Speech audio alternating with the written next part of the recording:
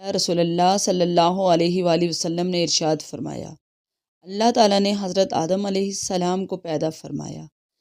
پھر اپنے ہاتھ سے ان کی پشت کو مسلا اور اس میں سے ان کی اولاد کو نکالا اور فرمایا، میں نے ان کو جنت کے لیے پیدا کیا ہے اور یہ جنتیوں والے اعمال ہی کریں گے۔ دوبارہ پھر ان کی پشت کو مسلا اور اس میں سے ان کی اولاد کو نکالا اور فرمایا، میں نے ان کو دوزخ کے لیے پیدا کیا ہے اور یہ دوزخیوں والے ہی اعمال کریں گے۔ ایک آدمی نے کہا، یا رسول اللہ صلی اللہ علیہ وآلہ وسلم،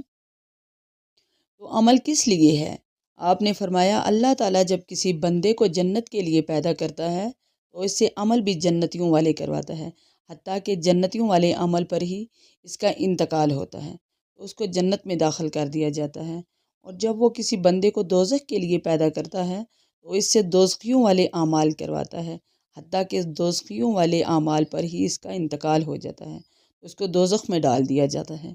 مستدرک الحاکم، حدیث نمبر 401۔ حضرت ابی بن کعب رضی اللہ عنہ روایت کرتے ہیں کہ نبی کریم صلی اللہ علیہ وآلہ وسلم نے ارشاد فرمایا، جب حضرت آدم علیہ السلام کا انتقال ہوا تو فرشتوں نے آپ کو تاک مرتبہ غسل دیا اور ان کی قبر لحد دار بنائی اور کہا، یہ لوگوں میں آدم علیہ السلام کی سنت ہے۔ مستدرک الحاکم، حدیث نمبر 404۔